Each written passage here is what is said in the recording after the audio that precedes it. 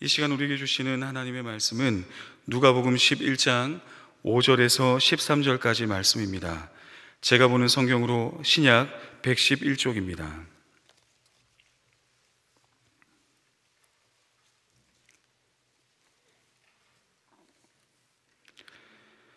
누가복음 11장 5절에서 13절까지의 말씀을 한 절씩 교독하시고 마지막 절은 함께 봉독하시겠습니다. 또 이르시되 너희 중에 누가 벗이 있는데 밤중에 그에게 가서 말하기를 벗이여 떡 세 덩이를 내게 구워 달라.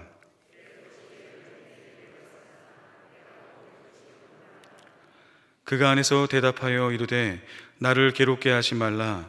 문이 이미 닫혔고 아이들이 나와 함께 침실에 누웠으니 일어나 내게 줄 수 없노라 하겠느냐.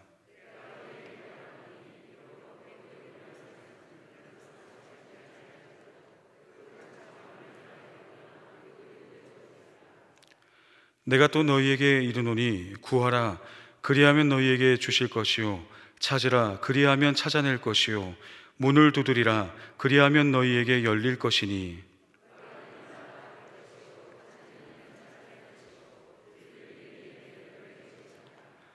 너희 중에 아버지 된 자로서 누가 아들이 생선을 달라 하는데 생선 대신에 뱀을 주며 함께 읽겠습니다. 너희가 악할지라도 좋은 것을 자식에게 줄 줄 알거든 하물며 너희 하늘 아버지께서 구하는 자에게 성령을 주시지 않겠느냐 하시니라. 아멘.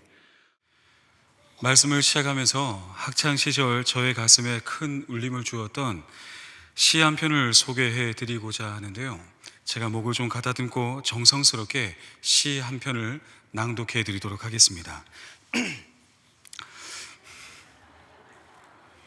잘 한번 해보겠습니다. 죽는 날까지 하늘을 우러러 한 점 부끄러움이 없기를 잎새에 이는 바람에도 나는 괴로워했다. 별을 노래하는 마음으로 모든 죽어가는 것을 사랑해야지. 그리고 나한테 주어진 길을 걸어가야겠다. 이 시는 아마도 한 번쯤 들어보셨을 만한 너무나도 유명한 윤동주 시인의 하늘과 바람과 별과 시라고 하는 시집에 가장 먼저 소개되고 있는 서시입니다. 이 시의 분량은 그리 길지 않습니다. 그리고 이 시에 사용된 단어의 수도 세어볼 수 있을 정도로 매우 적은 단어가 사용되었습니다. 그러나 그 어떤 장문의 글보다 일제강점기의 그 혹독한 시기를 마주하였던 우리 선조들의 고뇌와 아픔, 그러한 마음들을 잘 담아내고 있습니다. 그 중에서도 특별히 잎새에 이는 바람에도 괴로워했다라고 고백하는 이 한 소절은 일제의 탄압 속에서도 끊임없이 흔들리는 시인 자신의 마음을 표현한 것이 느껴지기도 합니다. 자신의 시야에 들어선 바람에 흔들거리는 애처로운 잎사귀 하나를 바라보면서 시인은 그저 하나의 잎새로만 여기는 것이 아니라 마치 나라를 잃어버린 그 슬픔과 일본의 폭력 앞에서 고뇌하며 흔들리는 자신의 심정을 투영했던 것으로 보여집니다. 흔들리는 자신의 심정과 고뇌하는 힘겨운 감정으로 역사를 마주했던 윤동주 시인의 서글픈 마음이 이 짧은 시를 통해서 고스란히 이 속에 담겨져 있다는 것을 알 수가 있습니다. 흔들리며 절규하는 혹독한 현실 속에서 조국의 독립을 위해서 죽어갔던 수많은 사람들을 사랑하고자 하는 이 시인은 자신에게 주어진 길을 절대로 외면하지 않겠다는 다짐과 함께 시를 마치고 있습니다. 그리고 안타깝게도 탁월한 문학가로서의 면모를 보여주었던 윤동주 시인의 인생은 마치 자신의 시와 같은 길을 걷게 되어서 형무소에서 27살이라고 하는 너무나도 꽃다운 나이에 형장의 이슬로 순국하시게 되었습니다. 정확하게 어떤 사인으로 죽음에 이르게 된 것인지 밝혀진 바는 아직 없지만 옥중에 수감되셨을 때에 정체를 알 수 없었던 주사를 지속적으로 맞았다라고 하는 역사적인 증언이 있었던 것으로 미루어 보았을 때 아마도 일본의 잔악한 그런 탄압 가운데 죽음을 맞이하게 된 것으로 추정하고 있습니다. 이러한 비극의 역사를 마주하며 살았던 윤동주 시인의 삶이 있기 때문에 우리는 더 명확하게 그가 남긴 시 한 구절 속에 담겨져 있는 저항의식, 비록 일제의 탄압 가운데 고뇌하며 흔들림의 순간이 있기도 했지만 결코 굴복하지 않겠다는 그의 위대한 결심을 이 시를 통하여서 우리는 읽어낼 수가 있습니다. 짐작해 보건대 일본의 그 잔인한 칼과 총, 그리고 그 수많은 외압 속에 두렵고 떨리며 수많은 내면과 갈등이라고 하는 것이 윤동주 시인이라고 해서 왜 없었겠습니까? 그럼에도 불구하고 나라를 위하여서 그는 두려움을 마주하며 나아가겠다고 결단하는 이 시를 남겨줌으로 인하여 그의 마음의 유산을 지금 우리들에게까지 전해주고 있습니다. 한편으로 생각해 보면 그는 왜 이렇게까지 했을까요? 사실 윤동주 시인이 만약 이러한 문예 활동을 하지 않았다라고 한다면 그는 그 젊고 꽃다운 나이에 생을 마감하지 않을 수도 있었을 것입니다. 그럼에도 불구하고 그는 펜을 들어 자신의 마음을 시 가운데 담아두었던 이유는 무엇이겠습니까? 그리고 이러한 행동이 가져오는 결과를 누구보다 윤동주 시인은 잘 알고 있었을 텐데 형장의 이슬로 순국하시기까지 그 힘겨운 길을 걸어간 이유는 무엇이겠습니까? 독립을 향한 열망, 나라 잃어버린 애환에 공명하며 현실의 두려움 앞에서 나와 같이 두려워 떨고 있는 이들에게 그들의 마음을 세워주기 위하여 나도 이렇게 떨리긴 하지만 내 마음을 굳게 세워보고자 한다는 이 시를 많은 이들에게 들려준 것이 아니었을까 생각하게 됩니다. 총이나 칼은 들지 않았지만 윤동주 시인은 자신이 할 수 있는 펜을 들고서 그렇게 많은 사람들의 마음을 세워주었습니다. 독립을 향한 열망과 간절함과 절박함이 그의 마음속에 있었기 때문입니다. 설령 자신이 이 시를 통하여서 어떤 일을 마주하게 될지 누구보다 잘 알고 있었음에도 불구하고 이러한 선택과 결정을 자신의 삶 가운데 담을 수가 있었던 것은 독립을 향한 열망, 그가 현실에서 마주하고 있었던 수많은 부조리함과 어긋난 역사를 바로잡고자 하는 간절한 열망이 그의 마음 가운데 담겨져 있었기 때문에 그는 자신이 할 수 있는 것으로 펜을 들어 시를 쓰면서 그렇게 절박하고 간절한 마음을 표현했던 것입니다. 이처럼 절박함과 간절한 마음은 다른 이들의 마음을 움직이는 법입니다. 제가 윤동주 시인의 이 서시를 좋아하는 이유도 그의 시를 읽을 때마다 마음으로 그 한 구절 한 구절을 떠올릴 때마다 저의 마음 가운데 큰 울림으로 다가와 저에게 이렇게 질문합니다. 너는 과연 무엇을 위한 간절함을 가지고 살고 있는가? 이러한 마음을 돌아볼 수 있도록 윤동주 시인의 시는 저의 마음에 울림을 주곤 합니다. 조금 조심스러운 말씀이지만 윤동주 시인과 동시대를 살았던 수많은 사람들은 윤동주 시인과 같은 결정을 하지는 못했습니다. 그 이유는 명확합니다. 나라의 독립을 향한 열망과 간절함의 차이가 있었기 때문입니다. 나라 잃은 그 아픔에 공명하는 차이가 있었고 그 비극적인 애환을 도저히 견딜 수 없어 하는 마음, 반드시 독립이 이루어져야 한다는 간절함의 마음의 차이가 윤동주 시인을 펜을 들고 시를 쓰도록 했을 것입니다. 혹 우리 성도님들께서는 오늘의 시대를 살아가면서 무엇을 향한, 또 어떤 것을 향한 간절함을 가지고 계십니까? 과연 어떤 것이 나의 삶을 이끌어가는 절실함이며 간절한 인생의 방향으로 삼고 있으십니까? 때로는 우리에게 너무나 중요한 것임에도 불구하고 마음 한켠에 그 중요한 것에 대한 간절함을 조금은 놓치고 있는 듯한 그러한 시간과 때는 있지는 않으십니까? 오늘 우리가 함께 본 본문의 말씀에는 간절함, 아니 간절하다는 표현으로는 도저히 설명할 수 없는 절박함이라고 표현할 수 있는 마음이 등장하고 있습니다. 우리가 오늘 이것을 함께 살펴보면서 우리에게 회복되어야 될 마음이 어떤 것인지를 함께 살펴보는 시간을 갖고자 합니다. 먼저 오늘 우리가 함께 보았던 누가복음 11장 5절에서 13절의 말씀을 구조적으로 보게 되면 두 개의 예화가 있고 그 한복판에 기도에 대한 가르침이 포함되어 있는 조금 독특한 구조를 가지고 있다는 것을 알 수가 있습니다. 다시 말해 두 가지 짧은 비유를 통해서 우리 주님께서는 기도에 대한 가르침을 비유로 말씀하시고 그 가운데 기도에 대한 핵심적인 구절을 통하여서 가르침을 주시는 그러한 형태를 가지고 있습니다. 이러한 형태가 전형적으로 무엇인가를 꼭 강조하고자 할 때에 사용하는 유대인들의 화법, 무엇인가를 강조할 때 즐겨 사용하는 카이아즘 구조라고 합니다.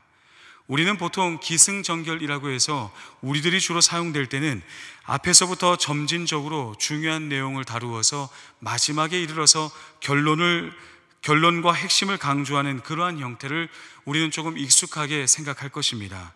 하지만 유대인들에게 있어서는 무엇인가를 꼭 강조할 때 이 카이아즘 구조를 사용했다고 합니다. 조금 쉬운 표현으로는 샌드위치 구조라고 해서 앞과 뒤, 처음과 제일 마지막에 같은 내용을 이야기하고 그리고 가운데에 가장 중요한 핵심이 되는 강조 표현이 담겨져 있는 이러한 형태를 즐겨 사용했다고 합니다. 우리가 함께 보았던 오늘 본문 또한 그러한 구조를 가지고 있습니다. 그래서 같은 내용을 강조하고 있는 앞뒤의 비유 내용부터 먼저 좀 살펴보고자 하는데요. 먼저 첫 번째 비유의 내용은 이렇게 시작합니다. 우리 5절과 6절의 말씀을 한 절씩 읽어보겠습니다. 제가 5절을, 우리 성도님들이 6절을 그렇게 읽어보도록 하겠습니다. 또 이르시되 너희 중에 누가 벗이 있는데 밤중에 그에게 가서 말하기를 벗이여 떡 세 덩이를 내게 구워달라.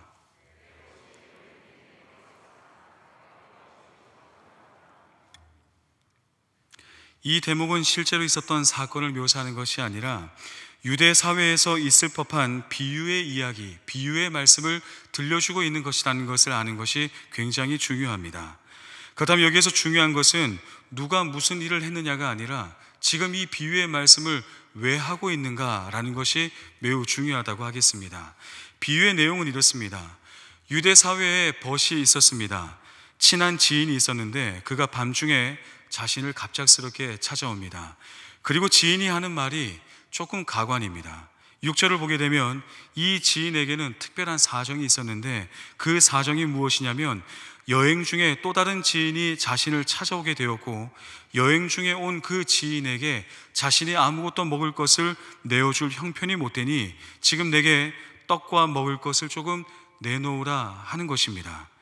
상황이 이렇다라고 한다면 우리가 상식적으로 볼 때 이 벗의 요구는 조금 지나친 것 같아 보이는 것이 우리의 시선에선 조금 상식처럼 보일 것입니다. 만약 벗에게 먹을 것이 줄 수 없는 상황이라고 한다면 아무리 그가 여행 중에 찾아왔다고 한들 그에게 이렇게 말해야 되지 않을까요? 내가 당장 먹을 것을 줄 수는 없다. 있어서 있는데도 안 주는 것이 아니라 미처 준비를 못해서 너무 미안하게 되었지만 내가 줄 것이 없으니 어찌하겠냐고 다른 사람에게 좀 찾아가 보는 것이 낫지 않겠느냐. 어쩌면 이렇게 상황을 설명하는 것이 나아 보일지도 모르겠습니다. 그런데 이 벗은 여행 중에 자신을 찾아온 또 다른 벗에 먹을 것을 얻기 위하여서 밤중임에도 불구하고 자신에게 찾아와 먹을 것을 내놓으라고 요구하는 것이 이 비유의 내용입니다. 만약 먹을 것이 너무 없어서 자신의 자녀나 가족을 위해서 정말 처절한 상황이어서 이렇게 부탁하는 것 정도는 이해할 수도 있을지 모르겠지만 여행 중이었던 지인을 위해서 이렇게까지 행동한다는 것은 쉽게 이해가 되지 않을 만한 상황이라고 우리는 그렇게 볼 수도 있습니다. 여기에는 문화적인 차이인 배경이 하나가 있는데요. 주님께서 비유의 이야기를 하실 때는 추가적인 설명이 많이 필요로 하지 않았습니다. 왜냐하면 모두가 알고 있는 상식 위에 비유의 말씀을 하셨고 그 속에 진리를 담으셨기 때문입니다. 문화적인 차이는 바로 이것입니다. 유대 사회에서는 손님을 대접하지 못하는 것은 수치 중에 수치로 여겨졌습니다. 우리의 시선으로는 조금 이해가 되지 않을 수도 있겠지만 당시 유대 사회에서는 자신을 찾아온 지인에게 먹을 것을 대접하지 못한다라고 하는 것은 용납하기 힘들 만한 너무나도 수치스러운 상황이 바로 이 시대의 상식이었습니다. 그렇기 때문에 어쩌면 과도하게 보이는 이 비유는 유대 사회의 구성원이었다라고 한다면 더 설명이 필요할 것이 없을 정도로 참담하고 다급한 상황이었다는 것을 공감했을 것입니다. 그래서 이렇게 간절한 마음으로 늦은 밤이었음에도 불구하고 자신의 벗을 찾아가 먹을 것을 구워달라고 요청하며 간청하는 것은 조금도 이상할 것이 없을 만한 공감대가 충분한 상황이었습니다. 중요한 부분은 바로 그 다음 단락입니다. 잠을 먼저 청했던 지인의 고백과 행동을 설명하고 있는 7절과 8절의 말씀을 우리 같이 읽어보겠습니다. 제가 7절, 우리 성도님들 8절 읽어보겠습니다. 그가 안에서 대답하여 이르되 나를 괴롭게 하지 말라. 문이 이미 닫혔고 아이들이 나와 함께 침실에 누웠으니 일어나 내게 줄 수가 없노라 하겠느냐.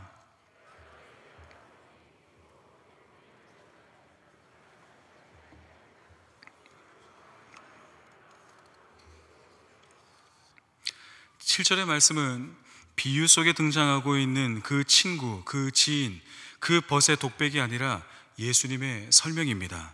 유대 사회에서 우리 모두가 상식처럼 생각하고 있듯이 아무리 늦은 밤이라고 해도, 아무리 급해도 그렇지 이렇게 무리하게 떡을 요구할 수가 있느냐, 당신은 지금 나에게 너무나 무례한 행동을 했습니다 라고 말할 사람이 아무도 없는 것이 우리의 상식이지 않느냐, 우리 주님께서는 그렇게 설명하시면서 추가로 말씀하고 있는 대목입니다. 유대 사회에서는 열이면 열 모두가 이 상황 가운데 떡을 주었을 것입니다. 이것이 마땅한 도리였기 때문입니다. 율법에 근거하여 그들의 삶 가운데 담아두었던 이웃을 사랑하기 위한 실천의 보편적인 모습이었기 때문에 누구나 다 그렇게 떡을 주었을 것입니다. 그런데 여기서 주목할 만한 것은 8절의 말씀입니다. 이 청을 들어주는 이유는 이 지인과의 친밀함 때문이 아니라 그의 간절한 간청 때문이었다라고 설명하고 있다는 것입니다. 다시 말해 이 비유에 나타난 행동의 결과는 벗의 친밀함 때문이 아니라 절박하고도 간절한 그러한 간청 때문에 일어나게 된 결과였음을 말해주고 있습니다. 이 요청하는 자가 나와 친분이 있고 없고를 떠나서 유대 사회에서는 손님을 대접하지 못하는 불상사가 절대로 있어서는 안 되기 때문에 그러한 다급함 가운데, 그 간절함 가운데 그 절박한 심정과 마음을 너무나도 잘 알고 있었기 때문에 이러한 결과가 있게 될 것을 비유로 말씀해 주셨습니다. 주님은 이 비유를 통해서 우리들에게도, 그리고 이 비유를 듣고 있는 수많은 이들에게도 말씀하십니다. 바로 이렇게 기도하라는 것입니다. 절대로 일어나서는 안 되는 일이 발생하게 되었을 때 보여지는 그 다급함과 간절함과 절박한 마음 속에서 때로는 불편함을 감수하고서라도 꼭 이루어져야 하는 일이 이루어질 때까지 간청하는 마음으로 그렇게 기도의 자리 앞으로 나오라고 초대하고 있는 것입니다. 그리고 이어서 하시는 말씀이 바로 본단락의 핵심입니다. 구하는 이에게 주실 것입니다. 찾는 이에게는 찾게 되는 은혜가, 두드리는 이에게는 문이 열리게 되는 축복을 허락하실 것이라고 말씀하셨습니다. 다시 말해 우리의 필요를 이미 다 알고 계시는 사랑의 하나님 아버지를 향하여, 우리의 머리털을 다 세신 바 되신 그 하나님을 향하여 간절하고 절박한 마음으로 기도하며 나오라고 강조하고 있습니다. 이 부분은 잠시 후에 한 번 더 설명드리도록 하겠습니다. 그리고 또 하나의 비유의 말씀은 11절부터 시작이 되는데요, 여기에서 예수님께서는 다시 한 번 더 유대 사회의 모든 사람들에게 상식처럼 이해되고 있는 하나의 이야기를 들려주십니다. 우리 11절과 12절 말씀을 한 절씩 읽어보도록 하겠습니다. 제가 11절을 읽겠습니다. 너희 중에 아버지 된 자로서 누가 아들이 생선을 달라 하는데 생선 대신에 뱀을 주며,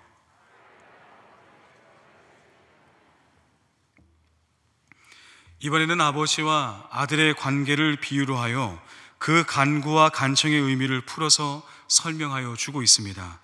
부모가 자녀를 위해 보이는 그 헌신과 희생의 깊이와 너비를 당연히 알고 있듯이 어느 아비가 먹을 것을 달라고 하는데 배고픈 자녀에게 그 몸을 해칠 만한 것을 주겠는가라는 것입니다. 먹을 것을 구한 그 자녀에게 한번 당해봐라, 그런 모습으로 뱀과 전갈을 주는 아버지는 없습니다. 그러한 것을 주는 자는 이미 아비가 아닐 것입니다. 마찬가지로 우리의 하늘 아버지께서는 우리가 마치 생선과 같은 것, 혹 알과 같은 것, 당장 필요한 것을 구할 때에 구하는 것을 주실 뿐만 아니라 성령을 주시지 않을 이유가 없다는 것을 강조하시면서 본 단락을 마무리하고 있습니다. 사실 이 이야기 속에는 간절함과 절박함이 눈에 보이게 드러나고 있지는 않습니다. 하지만 아비된 자와 비유적으로 연결된 것이 하나님이라는 것을 확인할 때에 이 비유의 말씀 속에 담겨 있는 간절함과 절박함은 하나님을 향하고 있다는 것을 확인할 수가 있습니다. 다시 말해 예수님의 이 비유의 말씀 속에 간절하고 절박한 쪽은 아들이 아니라 아버지입니다. 아들이 생선을 구합니다. 오늘날의 시대의 생선은 너무나도 쉽게 구할 수 있는 식재료이지만 예수님의 공생의 당시를 생각해 본다면 생선은 어떤 식재료였을 것이라고 생각되십니까? 시간이 많이 없어서 자세히 설명드리기는 어렵겠지만 냉장 보관이 어려운 시대에 절임과 혹은 훈제로 그렇게 생선을 보관하며 조리를 해야 됐기 때문에 흔히 얻을 수 있는 식재료가 생선은 아니었습니다. 더불어 그 가격도 매우 고가에 거래되었다라고 하는 그런 기록 또한 있습니다. 이렇게 중요한 것은 아들의 요청이 다급한 쪽은 아버지였다는 것을 말씀드렸는데요, 생선을 구하기가 어렵다거나 혹은 가격대가 고가라고 해서 아들이 생선을 원한다고 할 때에 아비는 아무거나 아들에게 주지 않는다는 것입니다. 왜냐하면 그는 아버지이기 때문입니다. 알을 구할 때도 마찬가지입니다. 우리가 기도할 때 간절한 마음으로 찾고 구하고 두드릴 때 우리의 아버지이신 하나님께서는 간절한 마음으로 절박한 마음으로 우리에게 주실 것을 미리 예비하시고 우리와 함께하고 계십니다. 심지어 그것이 성령이라 할지라도 더 풍성한 성령의 역사를 우리에게 허락하여 주십니다. 이 표현도 짧게 설명을 드리자면 사실 성령이 임하는 이 은혜의 역사를 생각해 보면 예수 그리스도를 통해서 우리에게 부어지는 놀라운 은혜와 특권이 바로 성령님이 임하시는 사건입니다. 돌이켜 생각해 보면 성령은 원래 아무 곳에나 아무 때나 임하지 않았습니다. 거룩하지 않은 곳, 정결함이 회복되지 않은 곳에 성령님께서 임하지 않는 것은 구약의 기본적인 전제였습니다.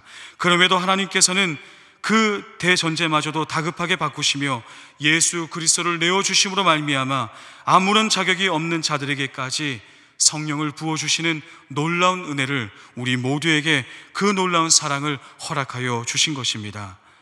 이러한 사랑으로 우리와 함께 하시는 하나님 아버지가 계신다면 구하지 못할 이유가 어디 있겠습니까? 찾지 않을 이유가 무엇이겠습니까?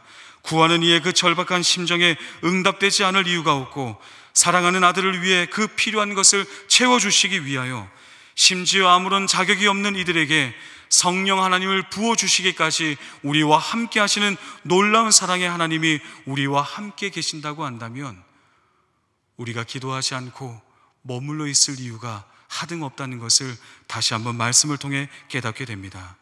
오늘 본문은 바로 우리에게 이것을 말씀하여 주고 있습니다. 우리 함께 9절에서 10절의 말씀을 함께 보도록 하겠습니다.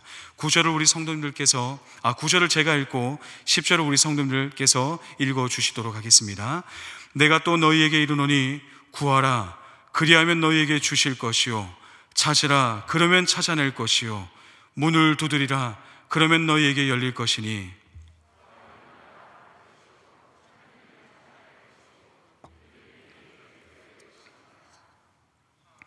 우리의 간절함은 회복되어야 합니다.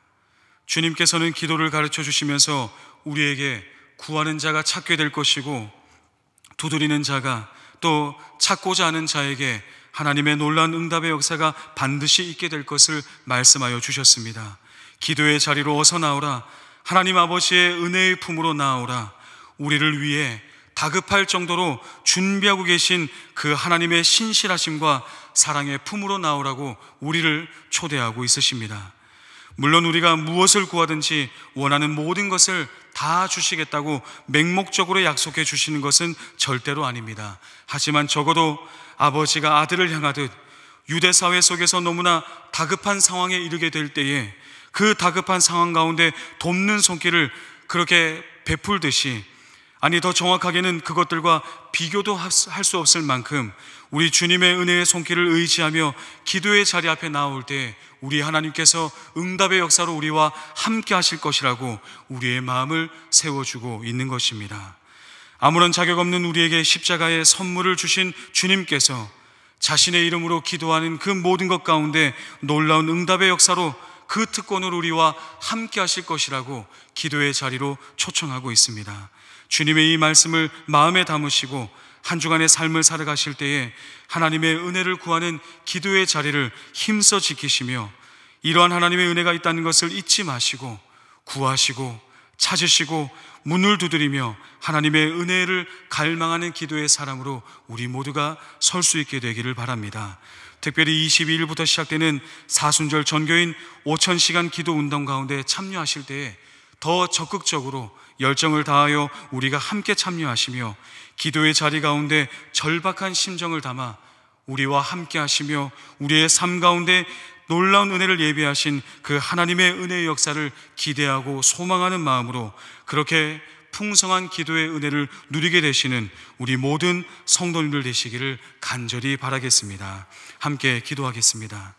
사랑과 은혜의 하나님 아버지, 간절하고 절박한 마음으로 기도의 자리 앞에 나갈 때에 하늘 아버지께서 우리와 함께 하시고 응답의 역사로 절박하고 간절한 마음으로 우리의 삶 가운데 친히 함께 하시는 그 하나님의 사랑이 있다는 것을 말씀하여 주셔서 감사드립니다.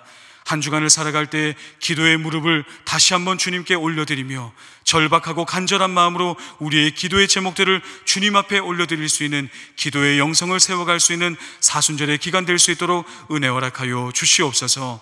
5000시간 기도의 시간 가운데 우리가 한 시간 한 시간 우리의 기도의 제목들을, 우리 공동체의 기도의 제목을, 우리의 교회를 위한 기도의 제목들을 간절한 마음으로 담아낼 때에 응답하시는 하나님의 역사를 경험하는 저희 모두가 되도록 하나님의 크신 은혜로 함께하여 주시옵소서. 기도의 모든 시간 우리와 함께 하실 것을 믿사오며 거룩하신 예수님의 이름으로 기도드리옵나이다. 아멘.